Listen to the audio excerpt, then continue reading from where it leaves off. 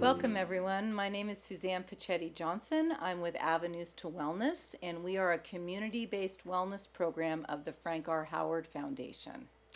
I am delighted to be here today with psychotherapist Dr. Jed Diamond.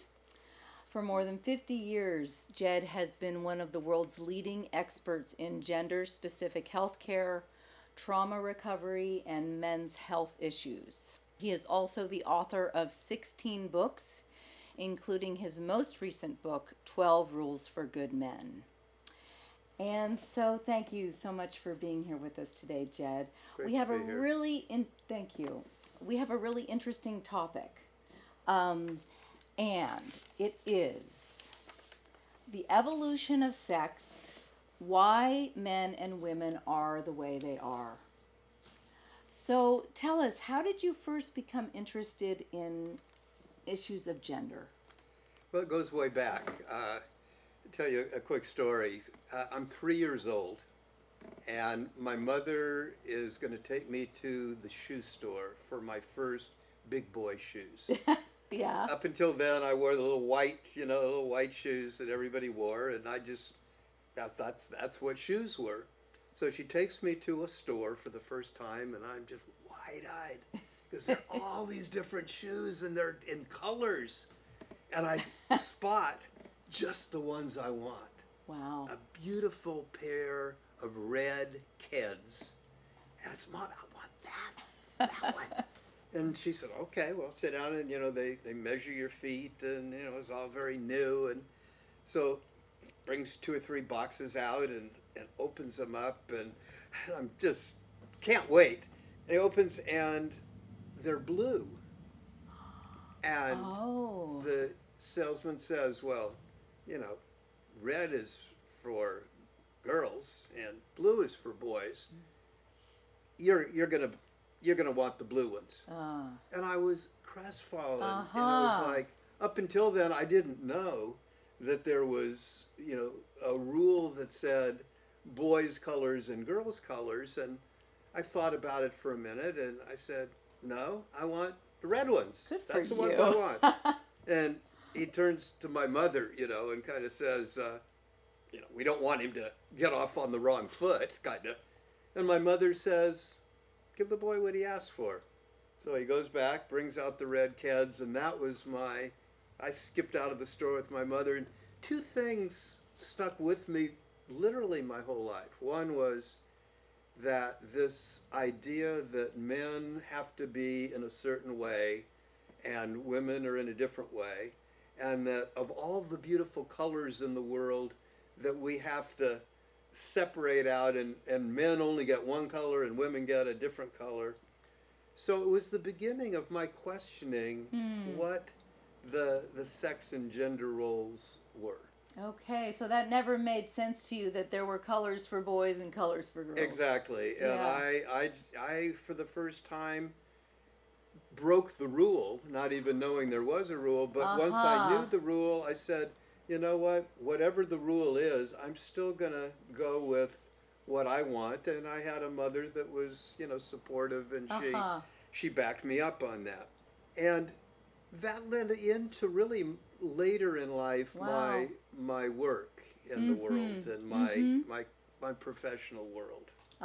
Which has really been specialized in gender healthcare. Exactly. Gender specific. Exactly. Healthcare. Yeah.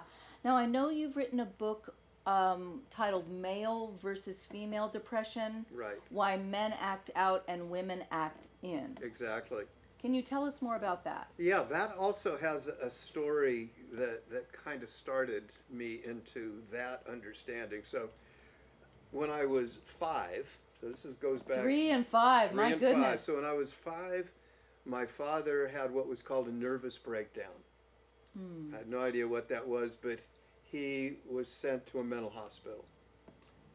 And I was told by my mother, you need to go with your uncle and visit your father.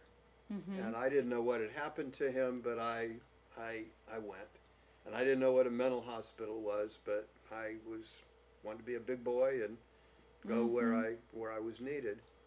And it turned out what had happened was my father had been a writer in California and had been blacklisted during the time of the McCarthy era. And he couldn't make a living doing what he loved, and he just, that pressure to, I got to make a living, but I can't work at what and he got increasingly depressed and took an overdose of drugs. And luckily he didn't die, but our lives really were never the same. And I grew up wondering, one, what happened to my father? What was it about having to be the breadwinner that was so compelling? And what was it about why he couldn't work that led to the pressure that led to the breakdown? And so that then, as I grew up and then went into, my own field, got my master's degree in therapy and counseling and social work. And my deep fear was, like so many people have had early trauma, well, what if something happens to me like my father? What if I get depressed? And so I spent my life trying to negate, maybe if I get real educated, maybe if I go to school, then it won't happen to me.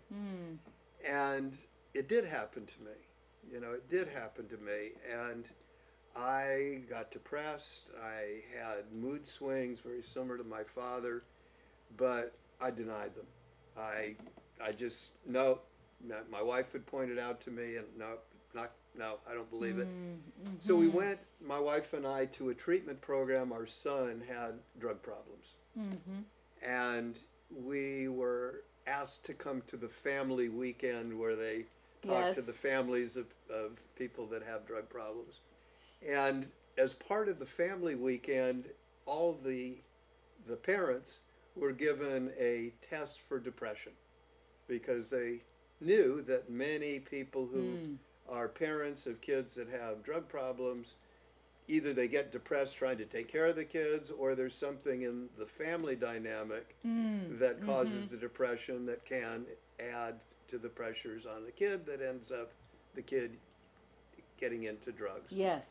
So they gave us this test, and I scored low on the test, meaning I didn't show depression.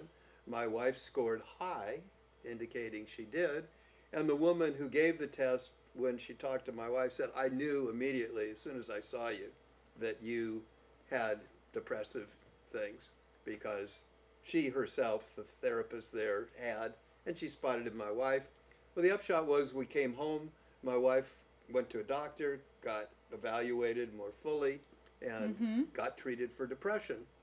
And as she did, she got better, and I thought, finally, my wife dealt with the depression, which I didn't know she had, even as a therapist.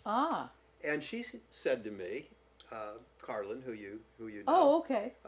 Said, Jed, you maybe have some of this too. And I said, no, I scored low. You scored high. Yeah. And she said, well, okay. So she eventually talked me into going to a doctor and getting checked out, which I did. And the doctor diagnosed me as having depression, but I didn't want to believe it. So I said, I want another opinion. So I went to another doctor. And the doctor. And you were a therapist at this point. I was a therapist. Okay. And I said to myself, well, I would know if I had depression. I'm a therapist. Right. She said, well, you didn't know. She had, you didn't know I had depression. You missed it with me. Maybe you're missing it with you. Right, okay. So I finally accepted, after taking 2 different doctors telling me the same thing, and my wife telling me the same thing, that I needed to get treated for depression. And what came out of that was a recognition that the tests that people give to assess depression, I came to see, assess the way women experience depression, that they turn the pain inward. Men, like me and many other men, act out the depression. We drink more, or we drug more, or we get, more in, an aggressive way. And so I developed a new kind of questionnaire that I still use in my clinical work that, has been tested now to show here's a different kind of questionnaire that allows us to tap into the kind of depression that men experience. How valuable. Totally. Yeah. And just one other quick little story. This was a researcher who wanted to understand the effects of drugs and medications on treatment for depression.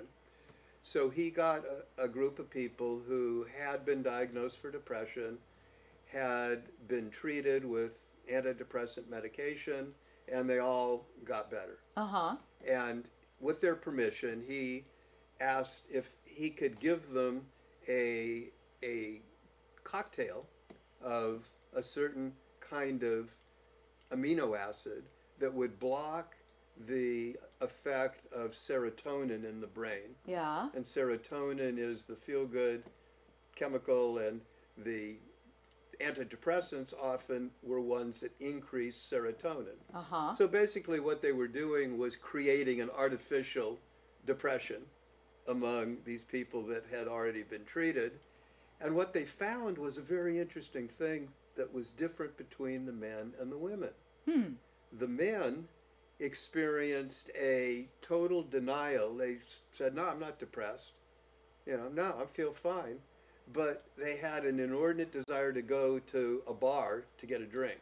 Interesting, yeah. The women, and Sue was an example I wrote in my book about her, as soon as she took the cocktail and in a sense lowered her serotonin level, she immediately became sad. She started to cry. She recalled her father's death and became very sad and emotional. And so when they evaluated that, they said, again, a validation for the way men experience depression is different from the way women. And one last thing, this is, comes out in how we treat depression and how we treat many things that we don't understand have a gender-specific aspect. So many people have trouble sleeping. And many people take, and now there's even more so. Yes. But many people take a medication called Ambien. It's a very common sleep medication. And they assumed, as they do with all medications, and the way they test them, they do them on a group of people. Yeah. And they don't do them based on sex. Okay. They just give them to everybody, and if it works for people, they assume it works for every type of person. Right. So Ambien's been available for more than 20 years, and they've assumed the same dose that works for a person of a certain weight, and if you weigh less, you have more of an effect. If you're a bigger person, you need more of the drug. But they didn't have any idea that there might be sex differences until they tested it. And what they found was that for the same dose, you and I, if we were the same weight, man and a woman, we take the same dose of Ambien, but it turns out the women have 45% more drug in their system the next day when you wake up in the morning. Yes. You're still Groggy. drugged, basically. Yeah. And so you picture women taking their kids to school or whatever, than the men. So the women are having a very different reaction to a sleeping medication that nobody knew about. So you have women that are, in a sense, taking too much and putting themselves at risk because they're driving sleepy, and the men taking the same thing because they needed to sleep at night, may not be getting enough medication. And until very recently, we never tested them. So this opened up a whole new field of gender-specific health care and understanding now these broader implications of sex differences as we look at depression and other things. So this is kind of opening up this whole new field that I've been working in for the last 40 or 50 years now. Fascinating, Sex differences and how we deal with our issues and our problems and our medications that we take for solving problems. Yeah, and do you see that in counseling with men and women? Do you see those differences in how they approach the counseling relationship, Well, or even reaching out for help in general? well, I was going to say, if they get to counseling, because so many men have an aversion to yeah, counseling, yeah, just like I did, right. because we have part of the man code, or I call it the man box culture, that men aren't supposed to have emotional problems. Men aren't supposed to have any kind of problems. And so we think that part of being a man, part of being strong, being macho, is we can handle it. Uh-huh. Where women are sometimes taught the opposite. Well, women are more emotional. Women, you know how women are. Yeah, They're just yeah, always this, yes. and they're always emotional, and you expect it. But the positive side is they can also talk about, yeah, I have issues and I need help, and I'm willing to look at these. So part of the difference is men often would not even get into treatment. Okay. They wouldn't come. Right. Or if they came, it wouldn't open up. God, I've talked to a lot of guys. Yeah, I'm here. My wife said I got to come. So, well, how you feel? Well, I'm fine. That kind of thing.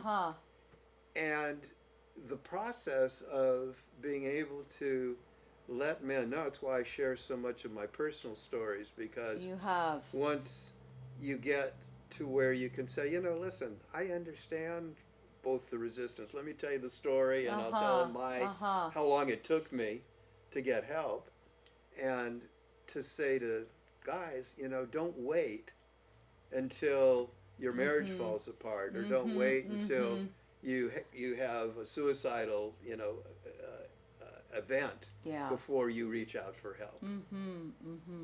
So you really see that. Yeah. So what do you see as the most important differences in this male-female? Well, there's a number of them. I'll give you one of the findings from one of the authors and clinicians that I have worked with over time. I'll give you a quote that I find really helpful. So, in her really powerful book, it's called Eve's Rib, The New Science of Gender-Specific Medicine, and the author is a doctor named Marianne J. Legato. And just a little background on her, she was a cardiologist. And what she discovered, again, back at the male-female differences, is that many people that have heart attacks, there's a standard symptoms that are associated with, and everybody's heard about them, crushing, weight on your chest, pain that radiates, down your left arm. Again, was assumed to be symptoms for heart attack that were gender neutral. Oh, would be what you tell women if you're right, and is what you tell men. But just as with depression, only now reversed, men are more commonly experience heart attack, and so we had taken the way men often experience the symptoms of a heart attack as being true for women as well. Marianne Legato did studies on women and found out that women's symptoms often are very different than the classical symptoms for men, that women sometimes will have indigestion symptoms. And so they go to the doctor complaining of, stomach upset or stomach pain, and they're like, yeah, well, you'll be fine. They give you, and goes home, and then she dies of a heart attack. So when she looked into a whole host of gender differences, this is what Dr. Legato concluded. She says, everywhere we look, the two sexes are startlingly and unexpectedly different, not only in their internal function, but in the way they experience illness. So that's like a core difference in how we treat people.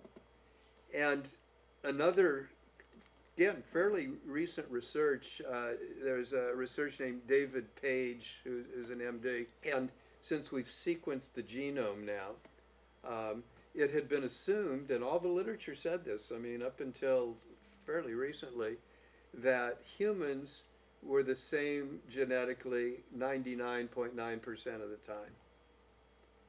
And the belief was, people from different parts of the world. If you're from Africa, or, some people saw it as kind of racial differences. Well, this race is better than the other. And they said, no, 99.9% were the same genetically. Well, recently, again, not so many years ago, they found that that was true. We were 99.9% the same if you talked about two men or two women. But if you compared the genetics between a man and a woman, it turns out they're only 98.5% the same, which means that the 0.1% difference compared to a 1.5% difference is 15 times. Okay. So you and me, are, 15 times different genetically, or me and my wife, than me and Andy. Two guys. That we only differ by 0.1%. And if you think, well, that's not a very big difference, well, it turns out, and some people have heard this statistic, that the difference genetically between a human male and a chimpanzee male, which we'd agree if we had a chimpanzee sitting here, most people would say you're probably different. Yes. But that's the same difference. The difference is 1.5% difference, 2% difference between me and a chimpanzee. So again, these are differences that really make a difference. So those are some that really help us understand.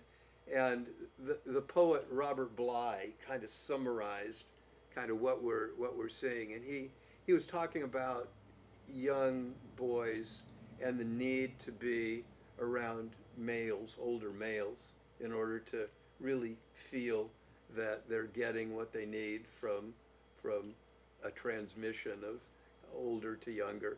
And you might think father to son. But he said very poetically, and it would be true for all of us who need to have that connection. And he said that in order for young boys to really get connected to themselves and their world of males, he said, we need to be around older males in order to hear the sound that male cells sing. The sound that male cells sing. And just think about that for a minute. I think about the sound that male cells sing is such a poetic and accurate, because the genetics say every cell in our body, what they found, 10 trillion cells in the human body. And every one is sex specific. Wow. Every cell. So every cell in your body has an X and a Y chromosome as one of the chromosomes of the 23 pairs of chromosomes. Every cell in my body has an XY chromosome. It's different. Yeah. So all of us, and we're different individually between different people, but the males have a vibration, and we all feel that. There's something different about little boys, and it's different from little girls. You feel that. Everybody intuitively gets that, but we don't always appreciate it or understand it in the way.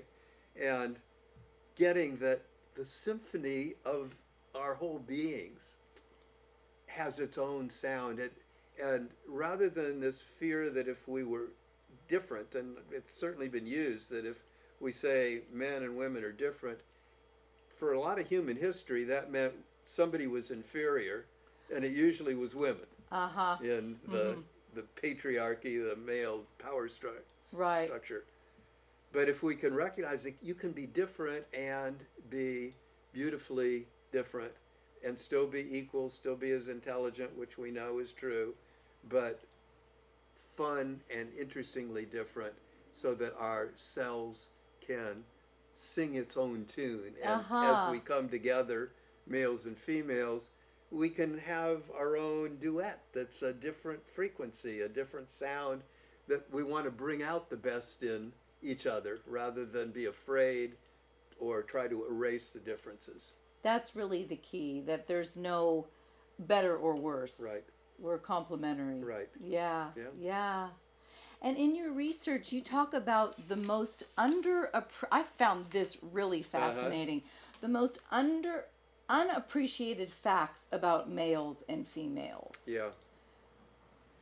This is really interesting. I never thought about it before. Well, most people don't think about some of these biological realities. Right. Just like we all know, men and women are different biologically, but we don't think about the differences a lot because we're afraid difference is going to mean superior, inferior. Right. And when we understand that it doesn't have to be that way, it opens up some realities that help us understand the problems we have, the different things that explain a lot about men and women. Right. So this was, again, a study by a social scientist in this case. And he asked a simple question, and what turned out not to be so simple. And he says, when you think back of your ancestors, Yeah. all the way back, and you ask yourself, of your ancestors, your female ancestors and your male ancestors, do you have more male ancestors or more female ancestors? Now most people, and when I answered that, I went, well, it's got to be 50-50, right? I mean, you have a mother, everybody has a mother and a father somewhere back. And then they had a mother and their father. So when you think of who had sex with who, babies were made by a male and a female. But the question is ancestry. How many of your ancestors were female compared to male? And it turns out all of us who are alive today, 80% of our ancestors were female and 40% were male. And first you go, how can that be? Right? Yeah, how can that be? Right. Well, here's how it can be. And once you get this, it's like, oh, yeah, of course. So when you think about ancestors, you think about if you're back in the hunter-gatherer era or even before that, and you're trying to find a mate. Well, the truth is that females determine whether you get to mate with a female, because the female egg is huge compared to the sperm. Females, certainly mammals, carry the baby in your body, and so they put a lot more energy into it, and therefore males compete to have access to females, and females choose the male, and some males get chosen more than others. So if you ask yourself, and again, this is just, I do this when I do groups, so if I say, all right, think about this, if you have, say, a group of 100 females and a group of 100 males, that's all the humans that are on the face of the earth. Yeah. And we say, if you want to repopulate the world, would it be better to have 100 women get pregnant and have babies, or would it be best if 100 men had their sex experience with as many women as they could? And the truth is, women can have as many sexual experiences as they choose. Men have to be chosen. So the men are going to be less likely. Some women are going to say, I'll have sex not only with this guy, but I'll have sex with another guy, or a dominant male will control the sexual experience of a number of females. And the females will have children, and some men will be left out. That's in the animal kingdom, some men get left out. And we forget that now when most men, have a wife or have, but there was, through most of human history, some men never had sex. Because a dominant male said, they you didn't try have the to opportunity. Right. You get close to any of my females, I see, right. you'll get killed, so some men were celibate. And as a result, most women who wanted children could have children, maybe from, a man that impregnated 2 or 3 women. Right. But we're descended from ancestry where most women had children, but a lot of the male line who were born didn't have children. So what does that then create? Why is this an interesting fact? Well, what that does is males, number one, have to compete. And the males are competing for the survival of the potential of having children. And our biological imperative is you want to try to have as many children as you can. That's the biology of, if we didn't do that, none of us would be here, right? Right. And so men will take risks. Women don't have to take risks to have sex. Women can play it safe and still have as much sex as they're willing to be open to. Right. Men are going to have to compete with other men to be chosen by a woman. So men will take risks, they'll fight, they'll put themselves at risk. People ask me all the time, why does he do such stupid things? Why does he, why does he, take risks? Why are most men not wearing masks when in any community throughout? And if you look at who's not wearing masks, it's mostly men. And the reason is because they have a long history of saying, well, I'm going to take, nobody's going to tell me what to do. A lot of reasons men aren't wearing masks, but one of them is they're risk takers. So, so there's a virus. I'm going to show I'm macho, I'm going to show I'm strong, I'm going to show I don't need to be careful. Think of the peacock. In the animal kingdom, they have this huge, gaudy tail, which makes them an easy predator lunch because they don't fly easily with this huge tail. Why would they do that? Yeah. Why would that evolve? Well, the reason is because it makes them attractive to females. So it's as though, the peacock's saying, see, I am so big and sexy and strong. I can afford to carry this danger, bullseye on me that says, look, you can see me from ever, foxes, birds, anything that's going to eat a big, because he's going to take some risk to get more sex with the females, even though.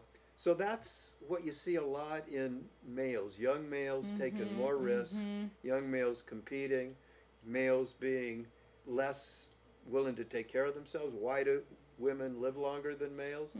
Part of it is biology, but a part of it is the competitive psyche that says, I'd rather take a risk to be on the top, to discover a new world, to start a new company, because women will find those alpha males sexy, and they do.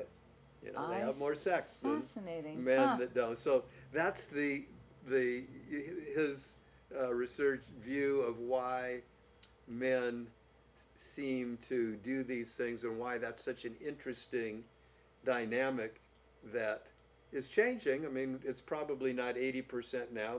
More men have sex, but when you look at the angry men, the ones that are aggressive, the ones that are acting out, the ones that are fighting women, being aggressive, are often the ones that don't feel adequate, that don't feel they can get sex on their own, the ones that rape women, the ones that try to control women, the ones that posture and try to dominate. Usually they're afraid that they're not going to get chosen, so they have to try to impose their domination because they don't feel secure. Wow. So it's a reflection of evolutionary science, really. Right. If you take it all the way back. Yeah. And it's showing up in today's world with how men act out like that. Yeah.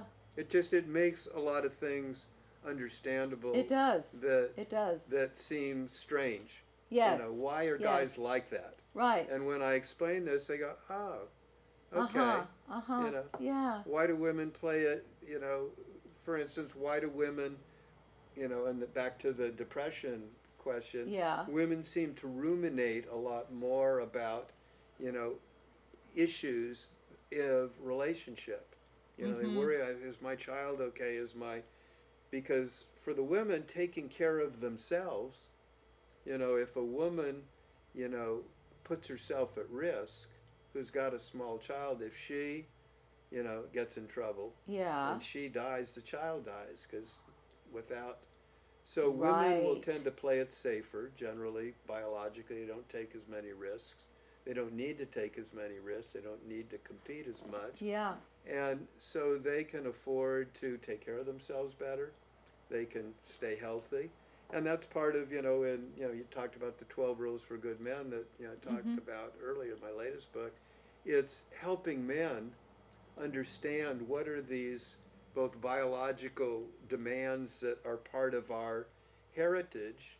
And our biological heritage, our evolutionary heritage, really is only interested in success in one dimension, which is how do you survive long enough to reproduce and have more children?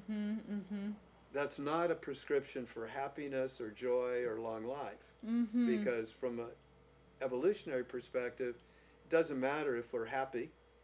Most of us would rather be happy. It doesn't matter if we live long and well, because as long as you reproduce when you're young, there's no biological need for men particularly. There is for women. They've got an actual, again, difference between men and women. They found that part of the reason women live longer after they're reproductively able, right? They have menopause. Yes. But most animals don't have a menopause.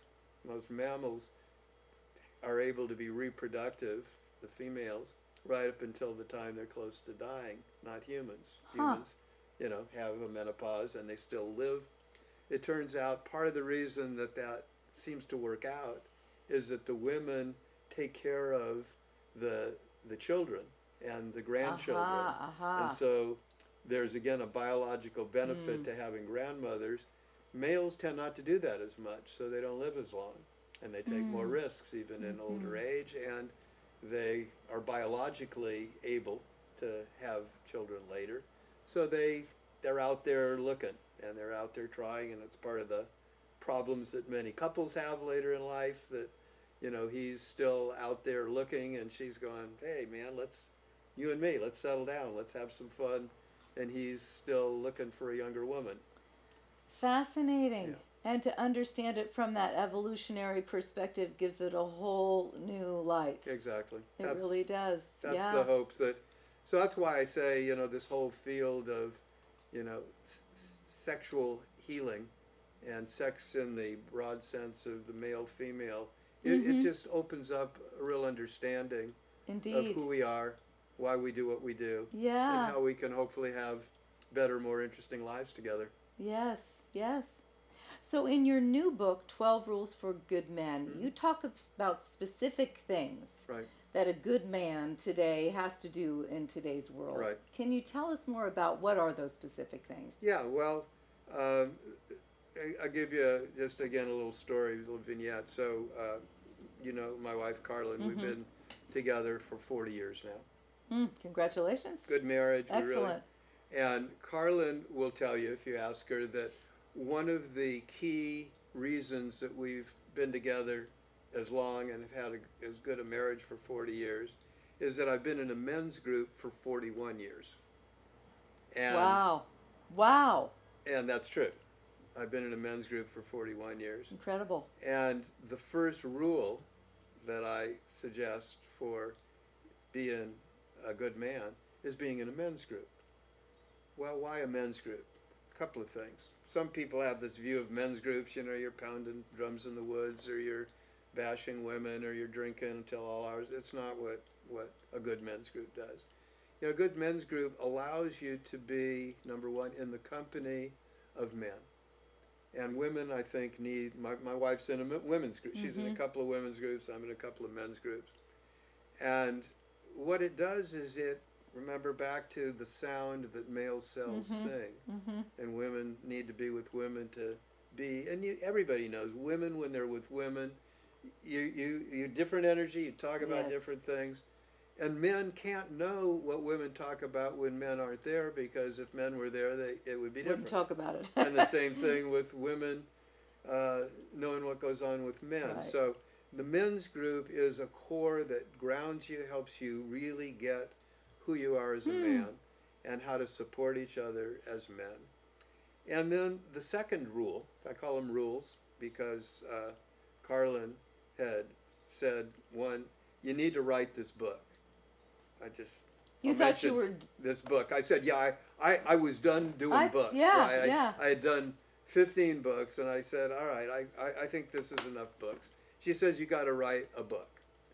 And she says, you've got to tell the truth about what's good about men. There's so much negative about men. There's so many men are this and men are bad and men are creeps and men are doing these horrible things to women and men are killing other men. You know, well, you got to one, tell the good news about men, but you also got to tell men, you know, how to be good men, because many of us didn't grow up with fathers. Right. We had father's wounds and father absence, and we never often learned, you know, from an elder male, you know, what the rules were, how to be a good man.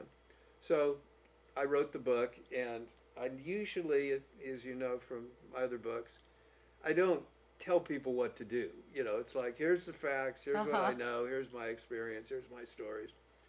But this one, I felt needed to be more prescriptive, because my wife told me to, and I listened to her when she's right. And and so I formed it in terms of specific rules. Things that men need to do. So the first one is join a men's group. The second is to learn to break out of what I call the man box. And that gets back to the little story I told at the beginning. You know, the gotta wear, men gotta wear. And if you think that little story, remember I told you 3 years old? Oh, yeah. Yeah, and I'm 76 right. At my next birthday. No, 76 at my last birthday. So. Yeah. So that's been that long. Wow. If you don't think that demand for red kids, I'll tell you, do a search, do a Google search for red kids.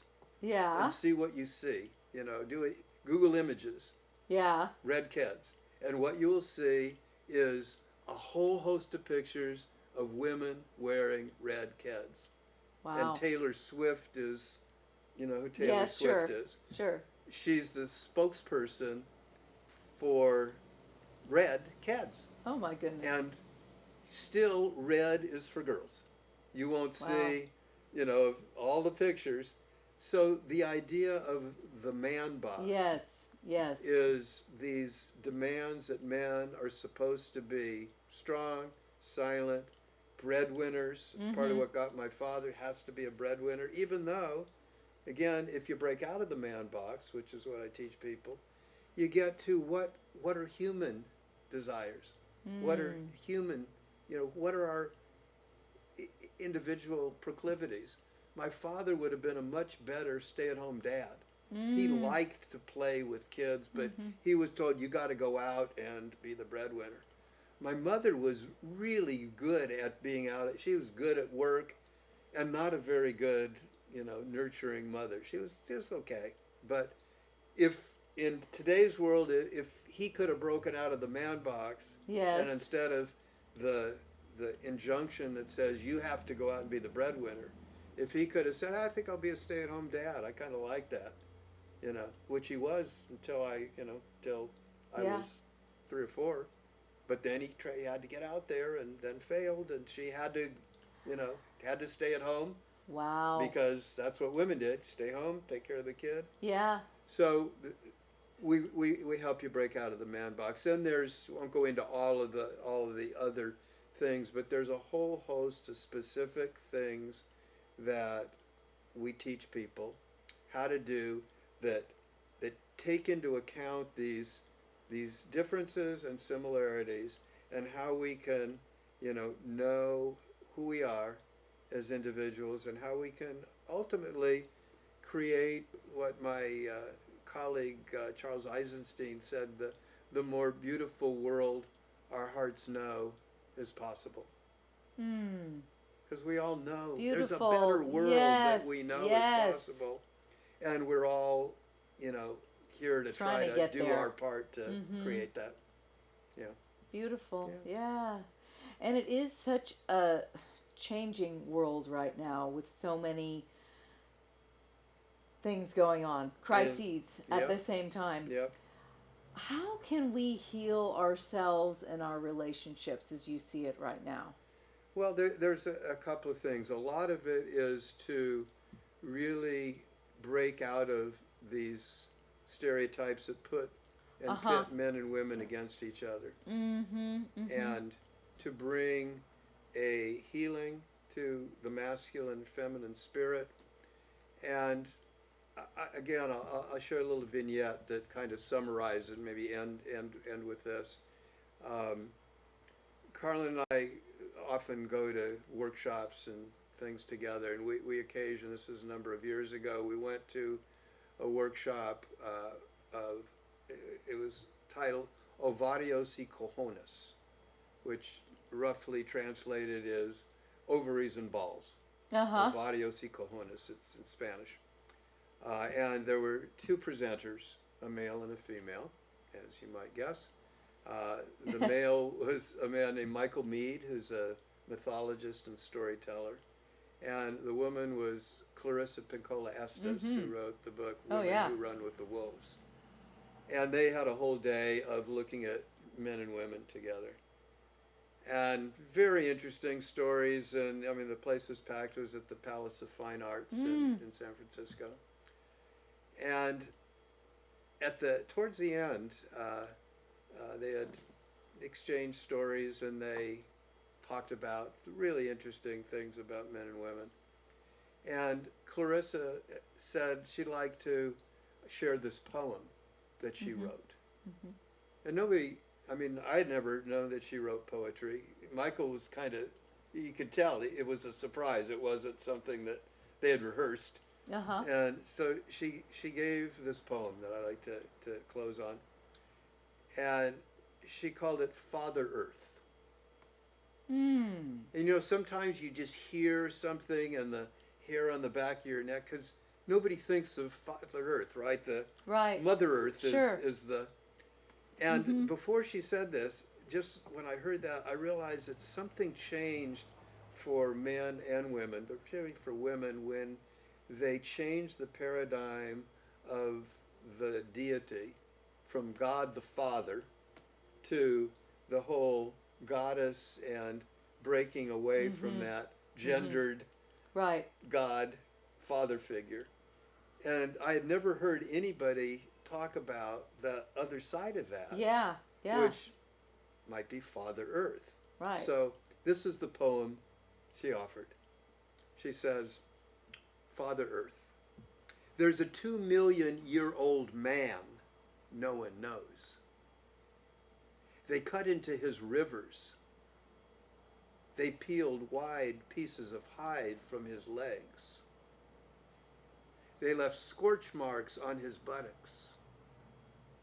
He did not cry out.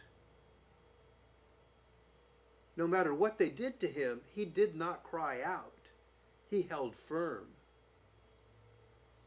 And now he raises his stabbed hands and whispers, we can heal him yet. We begin the gut, the sutures, the grafts.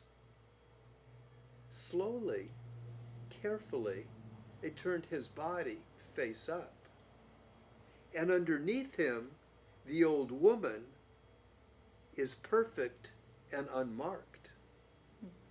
He's laid upon his 2-million-year-old lover all this time, protecting her with his old back, with his old scarred back.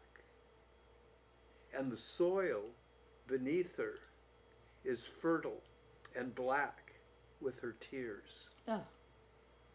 Father Earth. Good Lord. Yeah, good Lord. That was, I mean, everybody was, and I've told this poem a number of times. I memorized it, obviously, and everybody's moved by it.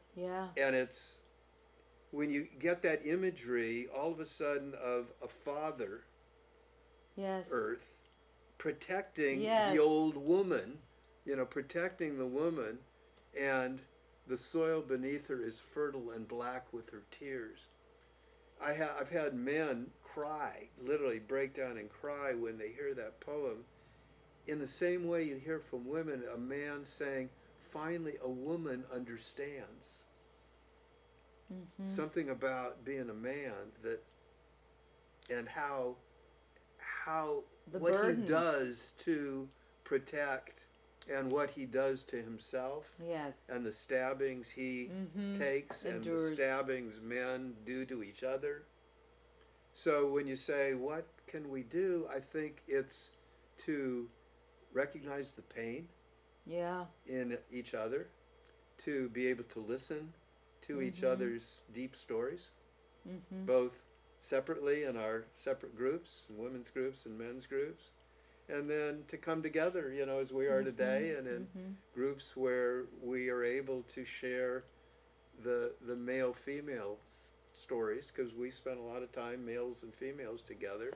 And I think we're really at a time in human history where if we don't heal the differences, Yeah. you know, if we don't heal the difference between left and right, between this group and that, black and white, I mean, all of these issues that are coming to the surface, it's almost as though they were coming out of the earth, and what we're doing to the earth itself and the destruction of the environment, that we're really being called, I think, to account, Yes. to grieve, to recommit ourselves to healing the wounds, to bringing each other together. And I think the core of that is the ancient energies of male and female that have Wow. been. In fact, the first thing I did when Carlin said, you got to write this book about male and female, I said, well, how far back does male and female go in the evolutionary scheme of things? I mean, you know, you've got male and female humans, you got male and female baboons and monkeys, and, you know, back through the animal kingdom. Where did it start, I wondered? Yes. And it turns out there was a beginning, because prior to male and female, the way the single cell, you know, little creatures in the oceans, single cell life, they would split into two sister cells. They would just split in half, and they'd each have the same genetics, and there were no differences until a change happened, and now you had two cells that could split, but they had to come together with different genetics to each contribute something to the other. And that was the first male cell and female cell 1 billion years ago, 1 billion years ago. So this whole evolution of male-female is an ancient one. It needs to be understood, respected, and hopefully we can stay around long enough to heal. And that's, you know, that's my hope for all of us and for humankind and for all life here on Earth. That we can survive. Yeah. Yeah. So, Yeah. thank you. Well, thank you, Jed. This has been fascinating, and I have to say, looking at life and each other through the lens of a masculine and female experience can really lend a lot. Thank you. So I thank think you so much for giving me that insight tonight. Well, thank you. It's been Yeah, beautiful. Thank you. good. All right. Thanks.